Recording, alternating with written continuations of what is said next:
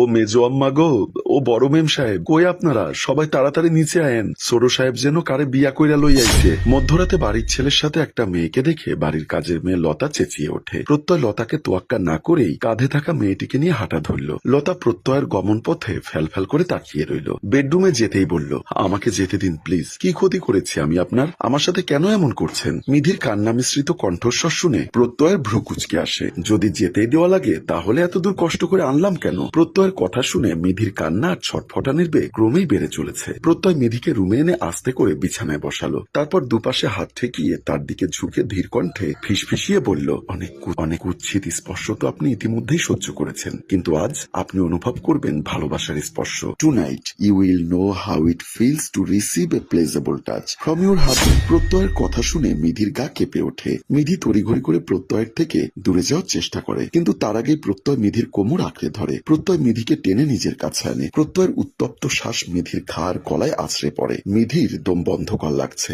সে হাত দিয়ে ঠেলে প্রত্যয়কে দূরে সরাতে চায়। প্রত্যয় মিধির দুহাত নিজের এক হাতে মুষ্টিবদ্ধ করে মিধির পেছন দিক দিয়ে ধরে রাখে। সে মিধির ঘাড় গলায় ছোট ছোট করে চুমু খায়। মিধি প্রত্যয়কে ঠেলে ঠুলে সরাতে না পেরে কান্না শুরু করে। মিধি কাঁদতে কাঁদতে বলে, আপনি যা করছেন তা কিন্তু নিয়তি সইবে না। প্রত্যয় চোখ তুলে তাকায়, তবে বেশ পাত্তা না দিয়ে বলে, নিয়তি স দিয়ে আমার কি হবে? আপনি বউ, তো আপনি সইতে পারলেই হলো। আমি চরিত্রবান পুরুষ, তাই বউ ব্যতীত অন্য কোনো নারীর সান্নিধ্যে যাই না। তো এরপরে আর কোনোদিন অন্য মেয়েরা সইবে কি সইবে না সেটা আমাকে বলবেন না। কথাটা বলার মাঝেই প্রত্যয় মিধির গলায় কামড় বসায়। কিছুক্ষণের মধ্যেই মিধির ছোট শরীরটা প্রত্যয়ের বুকে লুটিয়ে পড়ে। আজকে ঘটে যাওয়া ঘটনা, এতক্ষণের সকল ক্রিয়ার ভবিষ্যতের চিন্তায় মিধি অজ্ঞান হয়ে পড়েছে। রুমানা চোখ ডলতে ডলতে বলে, কি হয়েছে লতু, তোকে জিনে টিনে ধরলো নাকি রে? এত রাতে চিল্লাস কেন? আফা, ছোট সাহেব। রুমানা বিরক্তিতে বলে, কি হয়েছে ছোট সাহেবের? ছোট সাহেব মাইয়া লই আইছে। লতার কথাটা যেন বজ্রপাতের মতো পড়ল। বিরক্তি নিয়ে দূরে দাঁড়িয়ে থাকা খালেক চৌধুরী এতক্ষণ চুপ থাকলেও লতার কথা শুনে বলে, কি করেছো ওই কুলাঙ্গারটা?